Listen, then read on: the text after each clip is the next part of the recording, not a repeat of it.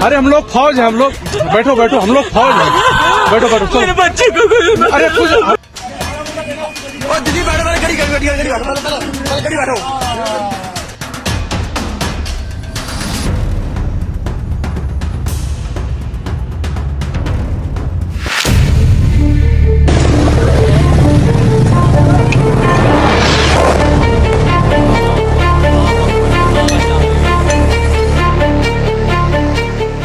बाईस अप्रैल को पहलगाम में हुए हमले के बाद पूरे देश की नजर देश के प्राइम मिनिस्टर और इंडियन आर्मी पर थी कि अब वो क्या एक्शन लेंगे, कैसे न्याय दिलाएंगे उन लोगों को जिन्होंने अपने पिता, भाई, बेटे को खो दिया इस हमले में। भारत की खामोशी देखकर पाकिस्तान इस भूल में था कि वो आएगा, भारत के निर्दोष लोगों की हत्या करके चला जाएगा, पर ऐसा हुआ नहीं। जो जोरदार तमाचा भारत ने पाकिस्तान के मुंह पर मारा है वो काबिले तारीफ है, पर आपके कई सारे सवालों के जवाब अभी मिलने बाकी हैं। सवाल ये कि इस स्ट्राइक का मोटिव क्या था, क्यों की गई ये स्ट्राइक, किसके खिलाफ की गई थी, पाकिस्तानी आर्मी के खिलाफ या फिर टेररिस्ट ग्रुप्स के खिलाफ। जिन जगहों को निशाना बनाया गया उन जगहों को निशाना क्यों बनाया गया, इस स्ट्राइक से क्या फायदे और नुकसान होने वाले हैं और हुए, कौन से हथियार इस्तेमाल किए गए, पाकिस्तान को इससे कैसा झटका लगा, क्या पाकिस्तान इस हमले पर वापसी हमला कर सकता है, इन सब सवालों के जवाब आपको मिलने वाले हैं। बहुत सारा डेटा कलेक्ट करके मैं ये वीडियो बना रहा हूँ। सिर्फ एक वीडियो में आपको A to Z सारी जानकारी देने की मैं पूरी कोशिश करूंगा, तो आप मेरे साथ एंड तक जुड़े रहिएगा। 22 अप्रैल को हुए हमले के बाद देश की सेना पूरी तरह से एक्टिव थी। भारत की इंटेलिजेंस सपोर्ट पूरी तरह से उस हमले की जड़ को ढूंढने में लगे हुए थे और 6 मई को इंडियन गवर्नमेंट ये अनाउंस करती है कि 7 मई को पूरे देश के 244 क्षेत्रों में मॉक ड्रिल्स करवाई जाएंगे और ये खबर पूरे देश और दुनिया में फैल चुकी थी। पाकिस्तान भी इस भूल में था और बहकावे में था कि मॉक ड्रिल चल रही है और इस भ्रमचाल में पाकिस्तान पूरी तरह से फंस गया। According to colonel Sofia Qureshi रात को 1:05 से लेकर 1:30 तक डिफरेंट जगहों पर जोरदार फायरिंग की गई और जो धूल चटाई है ना पाकिस्तान को, पूरा पाकिस्तान घबराया और बौखलाया घूम रहा है। उन निर्दोष लोगों की छाती छलनी करते वक्त ये लोग भूल गए कि ये लोग पंगा किससे ले रहे हैं। हमारा डिफेंस बजट तुमसे 7 गुना ज्यादा है, तुमसे बड़ी सेना और इंटरनेशनल सपोर्ट है। इन रियलिटी पाकिस्तान हिंदुस्तान के आगे कहीं भी स्टैंड नहीं करता। हिंदुस्तान के कई शहरों की नॉमिनल जीडीपी पाकिस्तान से कई गुना ज्यादा है। आज पाकिस्तान इंफ्रास्ट्रक्चर और मैन्युफैक्चरिंग जैसी किसी भी चीज में आगे नहीं है, पर आज भारत पूरी दुनिया को फार्मास्यूटिकल, टेक्सटाइल, यहाँ तक के व्हीकल्स तक एक्सपोर्ट करता है। और हमारे पास जो सबसे बड़ा एडवांटेज है वो ये है कि हम सच के साथ हैं, हम निहत्तों और निर्दोषों को निशाना नहीं बनाते। और पाकिस्तान का पूरा इतिहास ही आतंकवाद से भरा हुआ है।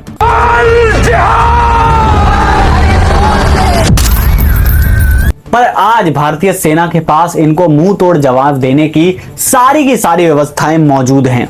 इस मिशन में यूज किए गए हैं MKS Mirage 2000 Heron drone for real time visual और battle ground assessment, naval satellite intelligence support, इन सब का इस्तेमाल किया गया है पाकिस्तान को धूल चटाने के लिए।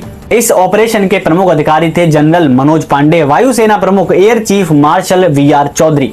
दोस्तों, जिन जगहों को चुना गया बहुत ही सोच समझकर चुना गया है, पर यहाँ पर ये जो पाकिस्तान विक्टिम कार्ड दिखा रहा है कि सिविलियंस की जान गई है या यहाँ पर इंडियन आर्मी सिविलियंस को मारने आई थी, ये बस एक झूठ है। Damn it, we are responding, but to target civilian population, it's extremely unfortunate. Just to point out, Minister, the Indian armed forces say that altogether 9 sites have been targeted, that they haven't hit any Pakistani military facilities. These are terrorist camps that they are hitting.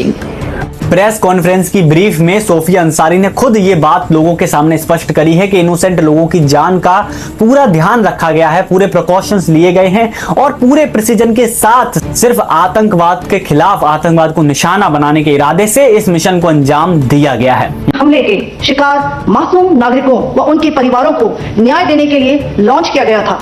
इस कार्रवाई में 9 terrorist camps को target किया गया और पूरी तरह से इसे बर्बाद किया गया। इन लक्ष्यों का चयन विश्वसनीय इंटेलिजेंस सूचनाओं के आधार पर हुआ ताकि आतंक गतिविधियों की रीढ़ तोड़ी जा सके और यह खास ध्यान दिया गया कि निर्दोष नागरिकों और सिविलियन इंस्टॉलेशन को नुकसान न पहुंचे। ये मिशन ना पाकिस्तान आर्मी के खिलाफ था, ना वहां के सिविलियंस के खिलाफ, ये बस आतंकवाद के खिलाफ था। और इसमें कोई दो राय नहीं है कि पाकिस्तान आतंकवाद को शह देता है। और जिन जगहों को निशाना बनाया गया है, आप एक बार उन जगहों के नाम और उन जगहों की हिस्ट्री जान लीजिएगा तो आपको पता चल जाएगा कि आखिर उन जगहों को क्यों चुना गया है। तो देखो, जो डेटा मुझे मिला है उसके हिसाब से 9 जगहों पर 24 मिसाइल स्ट्राइक्स करी गई हैं। पहली जगह है बहावलपुर। इसको चुना गया है इसलिए क्योंकि ये जैश-ए-मोहम्मद का हेडक्वार्टर था, मसूद अजहर का घर था। इसके बारे में हम थोड़ा आगे बात करेंगे। मुरीद के, जो कि लाहौर के पास मौजूद है, लश्कर-ए-तालिबा का हेडक्वार्टर और हाफिज सईद का घर। तीसरी जगह है 13 कलान, जो कि जैश-ए-मोहम्मद का ट्रेनिंग कैंप है।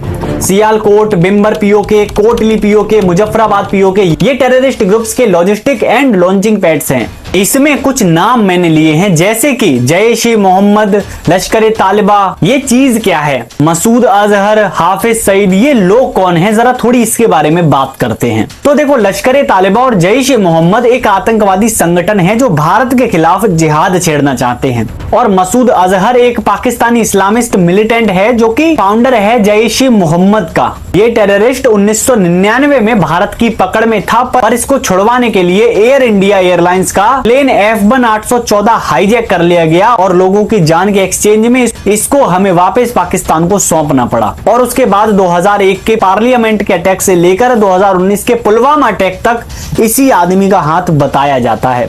और इस हमले में इसकी फैमिली के 10 लोग मारे जा चुके हैं और ये पूरी तरह से अब हिल चुका है। अब ये अपनी मौत की दुआ कर रहा है। पर बात यहाँ पर थमी नहीं है। इसकी जवाबदेही में पाकिस्तान अब शेलिंग कर रहा है पूंछ में। दिल्ली बैठो, गड़ी बैठो।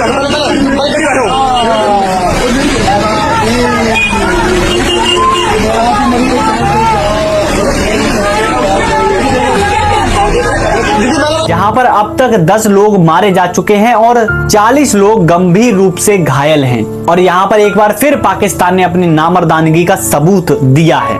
जैसा कि मैंने कहा था कि पाकिस्तान का ये विक्टिम कार्ड एक झूठ और जुमला है, इसका सबूत मैं आपको देना चाहता हूँ। तो देखो, आदिल रजा, जो कि पाकिस्तान आर्मी के एक्स मेजर हैं, उन्होंने ओपनली ये चीज एक्सेप्ट करी है कि पहलगाम हमले में आमिर मुनीर और आईसिस का हाथ है। खुले तौर पर ये यहाँ पर पूरी जिम्मेदारी पाकिस्तान की ठहराई गई है। आसिम मुनीर का जहां तक ताल्लुक है, तो इसमें कोई दो राय नहीं है कि पहलगाम का हमला आसिम मुनीर, जो कि आर्मी चीफ हैं पाकिस्तान आर्मी के, वो जियाउल हक बनना चाहते हैं, 10 साल का राज चाहते हैं, उन्होंने ये हमला करवाया और वो एस्केलेशन चाहते हैं और उनको चीन की मदद हासिल है। और इसमें बहरहाल हिंदुस्तान की भी जिम्मेदारी एक हद तक शामिल है कि आप लोग खामोश तमाशाई बने बैठे रहे कि ये मुल्क को अपने तबाह कर रहे हैं तो करते रहे। भारत भी इस इंतजार में था कि पाकिस्तान खुद आतंकवाद के खिलाफ कुछ एक्शन लेगा, पर ऐसा होना नहीं था। पाकिस्तान तो खुद आतंकवाद को पनाह देता है। इतना कुछ मौजूद होने के बावजूद भी भारत के कुछ सो कॉल्ड देशभक्त इसका इल्जाम देश के प्रधानमंत्री पर डाल रहे थे, तो कुछ आरएसएस पर,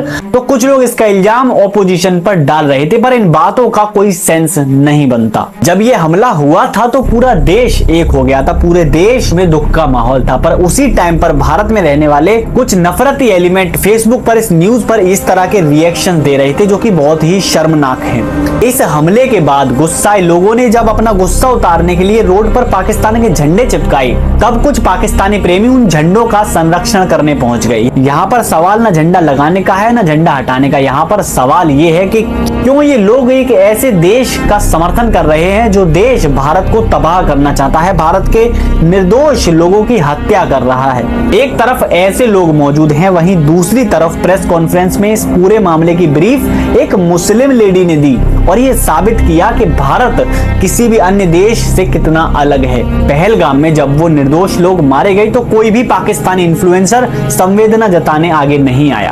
पर आज जब पाकिस्तान की आतंकी जगहों पर हमला किया गया है, आतंकवादी मारे गए हैं, तब इनके अंदर की संवेदना जाग उठी है। इसके बावजूद भी भारत के लोग पता नहीं क्यों इन सो कॉल्ड घटिया इन्फ्लुएंसर्स को सपोर्ट करते हैं। पता नहीं क्यों इस देश के लोग उस so called C grade quality के पाकिस्तानी ड्रामा शो को देखते हैं। मुझे बिल्कुल भी ये चीज समझ नहीं आती। मैंने जब भी उनके ये घटिया शो किसी को देखते हुए देखा तो पता चला कि ये शो कितना ज्यादा सी ग्रेड और थर्ड क्लास है। इसके बावजूद भी पता नहीं क्यों लोग उस शो को एंजॉय कर रहे थे।